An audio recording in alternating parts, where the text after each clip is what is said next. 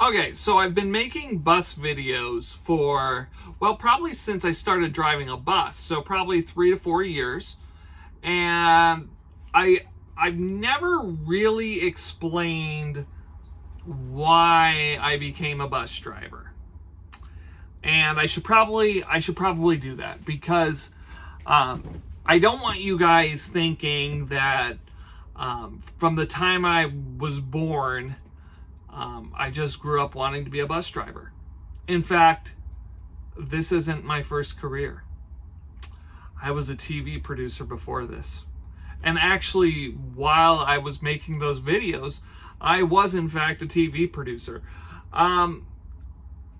But something happened that really ignited my bus career. And I'll be honest with you, when I'm telling the story, I usually lie about it. I'm not very truthful. Because, I mean, maybe there's a little embarrassment there. There is a little walk of shame attached to this story. You get a little blushy, a little red in the face when you tell the story. But here I am, telling it to you guys, because I think we got to be real. We got to be real. The real story about why I became a bus driver. And I'm going to give you the exclusive story right now. Right here on Big Yellow. Now, here's what I tell people. Here is what I tell people. I say, so I was a TV producer, a morning entertainment talk show. And my shift was about 5 a.m. till about 1 p.m. And I would get off that show and I'd come home and I'd probably take a nap. I'd sit in my nice bay window, stare outside, and fall asleep.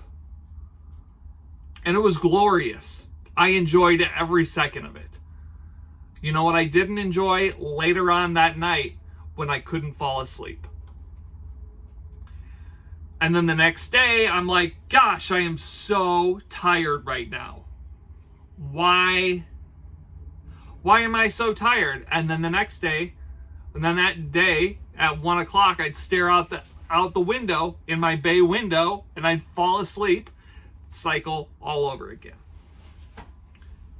And at the same time, I was thinking, gosh, I don't give back to society. I should give back to society in some way, shape, or form. I don't volunteer at all, or really at all, ever. I don't do any kind of service project. What could I do? I don't really want to go to a soup kitchen. I don't want to do any of this, any of that. Oh, I'm sitting out my bay window and then like a school bus drives by. And that's a sign. Now, when I'm telling people that story, I shorten it up a little bit, but that's essentially what I tell people. I work the morning news shift, I come home, I take a nap, and then I also realize I got to give back to the world. And how do I give back to the world? By driving a school bus. But here I am to tell you that is not the real story. The real story is when I bought my house, I had to move out of my apartment, as one does, because you can only live in one place, really, at one time. I mean, unless you're super rich, and then you can live in multiple places and whatever. You have people. Well, I was living in an apartment. I had to break my lease. And I had a good relationship with the landlord, my landlady. And I said to her, I got a house. Can I break my lease? And she was like, sure, no problem. I'll sell the apartment. I'll sell the apartment, I'll rent it out, whatever. And that was that. Sort of, basically. We'll skip over the particulars. But that was my take on the situation. Fast forward to when I moved out, and a couple of months later, I realized I never got my security deposit back. A whopping $1,200. So I emailed her. I'm like, where's my security deposit? And she responds, oh, Ted, you broke your lease. And so therefore, you don't get your security deposit because I was unable to rent the apartment and I was unable to sell the apartment. And so I'm really out of a lot of money because of this.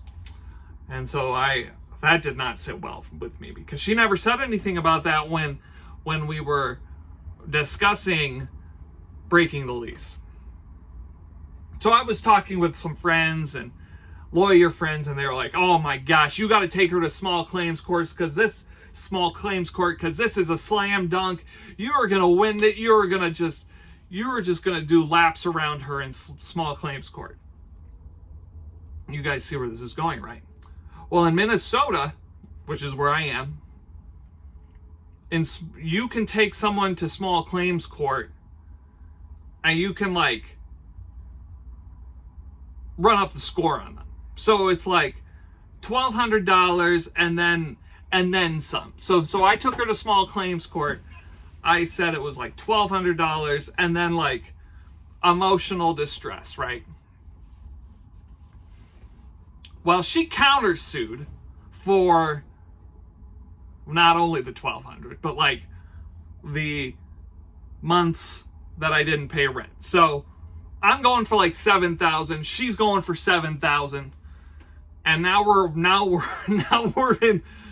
we're in small claims court. But this is like big claims of the small claims, right? So small claims court comes. And I'm sitting there. She's sitting there. Zoom. And I felt good.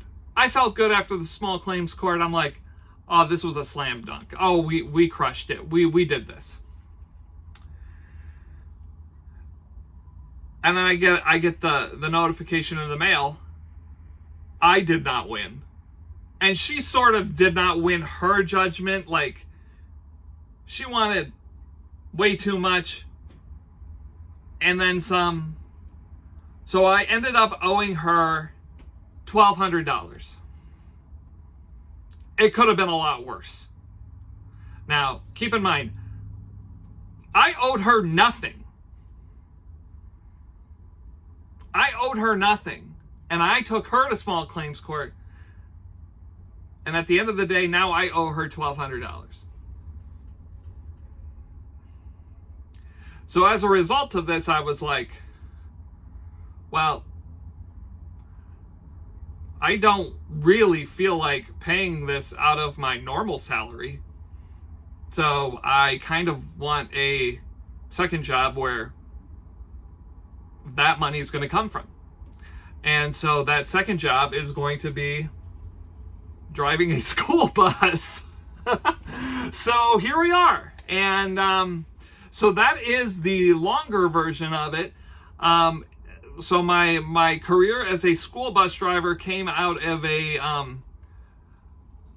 real estate conflict, a rental dispute with my former landlord, and we don't speak. But I did pay her, and you have winners and losers in life, and 4 years later, I'm still driving a bus, and hey, I enjoy it. I hope you guys enjoy the content, and that's the story. I am giving back to society. I don't take naps in the afternoon, so that part of it is true. There's just this whole other part of it that I don't usually tell. So that's the full story of it. So, if you guys like this video, hit the like button, hit subscribe, tell your friends, share it, and we'll tell you some other ones on another day. We'll probably tell some bus driver nightmare stories in the future.